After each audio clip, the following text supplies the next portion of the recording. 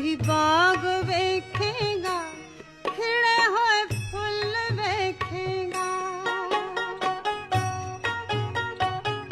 मैं हसदी नजर आवांगी, तू मेरे बुल वेखेगा।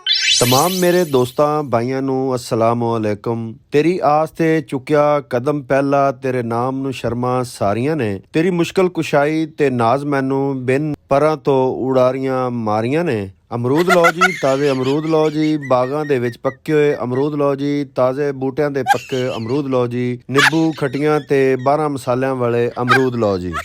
ਤੁਸੀਂ ਸੋਚ ਰਹੇ ਹੋਵੋਗੇ ਕਿ ਮੈਂ ਅਮਰੂਦਾਂ ਦੀ ਰੇਹੜੀ ਲਾ ਲਈ ਤੇ ਹੁਣ ਅਮਰੂਦ ਵੇਚ ਰਿਹਾ। ਨਹੀਂ ਸੱਜਣੋ ਤੇ ਮਿੱਤਰੋ, ਮੈਂ ਤੇ ਇਹ ਐਲਾਨ ਸੁਣ ਕੇ ਰੇਹੜੀ ਵਾਲਿਆਂ ਦੇ ਤੇ ਦਿਲ ਦੇ ਵਿੱਚ ਖਾਸ਼ ਪੈਦਾ ਹੋਈ ਕਿ ਅਸੀਂ ਵੀ ਜਾ ਕੇ ਅਮਰੂਦ ਖਾਈਏ ਤੇ ਤਾਜ਼ੇ ਤੋੜ ਕੇ ਖਾਈਏ ਤੇ ਬਾਗਾਂ ਦੇ ਵਿੱਚੋਂ ਤੋੜ ਕੇ ਖਾਈਏ। ਇਸ ਮਕਸਦ ਵਾਸਤੇ ਮੈਂ ਭਾਵਨ ਸ਼ਾਹ ਦੇ ਮੁਜ਼ਾਫਾਤ ਦੇ ਵਿੱਚ ਇੱਕ ਅਮਰੂਦਾਂ ਦਾ ਬਾਗ ਹੈ, ਉੱਥੇ ਚਲਾ ਗਿਆ। ਉੱਥੇ ਮੈਂ ਇੱਕ ਅਮਰੂਦ ਤੋੜ ਕੇ ਖਾਧਾ ਤੇ ਮੇਰੇ ਜ਼ਿਹਨ ਦੇ ਵਿੱਚ ਇੱਕ ਵਹਿਮ ਆਇਆ। ਮੇਰੇ ਜ਼ਮੀਰ ਨੇ ਮੈਨੂੰ ਮਲਾਮਤ ਕੀਤੀ ਕਿ ਭਾਈ ਤੂੰ ਤੇ ਕਿਸੇ ਕੋਲ ਪੁੱਛਿਆ ਵੀ ਨਹੀਂ, ਇਹ ਚੋਰੀ ਦਾ ਅਮਰੂਦ ਹੈ, ਕਿਆਮਤ ਵਾਲੇ ਦਿਨ ਤੈਨੂੰ ਹਿਸਾਬ ਦੇਣਾ ਪਏਗਾ। ਮੈਂ ਖੈਰ ਉਹ ਅਮਰੂਦ ਤੇ ਜਿਹੜਾ ਅੱਧਾ ਖਾ ਲਿਆ ਸੀ, ਉਹ ਬਾਕੀ ਹੱਥ 'ਚ ਲਿਆ ਤੇ ਮੈਂ ਮਾਲੀ ਜਿਹੜਾ ਹੈ ਸੀ ਉਹਨੂੰ ਲੱਭਣ ਵਾਸਤੇ ਪੂਰੇ ਬਾਗ ਦੇ ਵਿੱਚ ਚੱਕਰ ਲਾਣੇ ਸ਼ੁਰੂ ਕਰ ਦਿੱਤੇ। ਕੁਛ ਦੇਰ ਤੋਂ ਬਾਅਦ ਮਾਲੀ ਮੈਨੂੰ ਮਿਲਿਆ ਤੇ ਮੈਂ ਮਾਲੀ ਨੂੰ ਆਖਿਆ, ਮੈਂ ਕਿਹਾ ਭਾਈ ਮੈਂ ਅੱਧਾ ਤੇਰਾ ਅਮਰੂਦ ਖਾ ਲਿਆ ਬਗੈਰ ਪੁੱਛੇ ਤੋਂ, ਇਹਦੀ ਤੂੰ ਮੈਨੂੰ ਮਾਫੀ ਦੇ ਦੇ ਤੇ ਮੇਰੇ ਕੋਲ ਪੈਸੇ ਲੈ ਲੈ ਤੇ ਮੈਂ ਅਮਰੂਦ ਇਹ ਖਾਣਾ।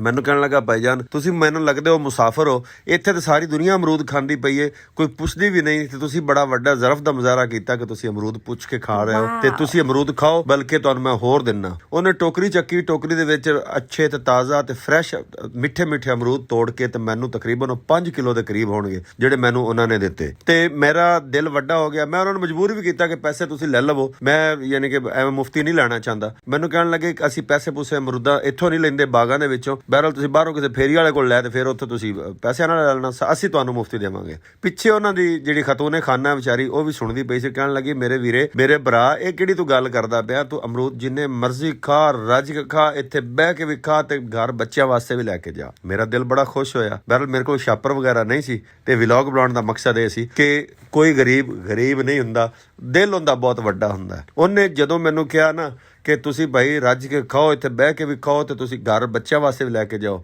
ਯਕੀਨ ਜਾਣੋ ਮੇਰੀ ਜੇ ਇਸ ਤਰ੍ਹਾਂ ਜਿਸ ਤਰ੍ਹਾਂ ਦੁਨੀਆ ਹੀ ਬਦਲ ਗਈ। ਅੱਲਾਹ ਤਾਲਾ ਉਹਨਾਂ ਨੂੰ ਜਜ਼ਾਏ ਖੈਰ ਦੇਵੇ। ਸੱਜਣੋ ਤੇ ਮਿੱਤਰੋ, ਤੁਹਾਡੇ ਗਲੀ ਕੁੱਚਿਆਂ ਦੇ ਵਿੱਚ ਆਉਣ ਵਾਲੀ ਇਹ ਆਵਾਜ਼ ਵੀ ਸੁਣੋ ਤੇ ਆਦੇ ਵੀਰਨ ਦਿਓ ਇਜਾਜ਼ਤ। ਮਿਲਣੇ ਅਗਲੀ ਵੀਡੀਓ ਦੇ ਵਿੱਚ, ਉਦੋਂ ਤੱਕ ਪਾਕਿਸਤਾਨ ਜ਼ਿੰਦਾਬਾਦ। तमाम मेरे दोस्तों भाइयों अस्सलाम वालेकुम।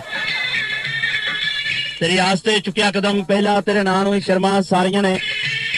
तेरी मुश्किल कुशाई ते नाज मैनू बिन परां तो उडारियां मारियां ने।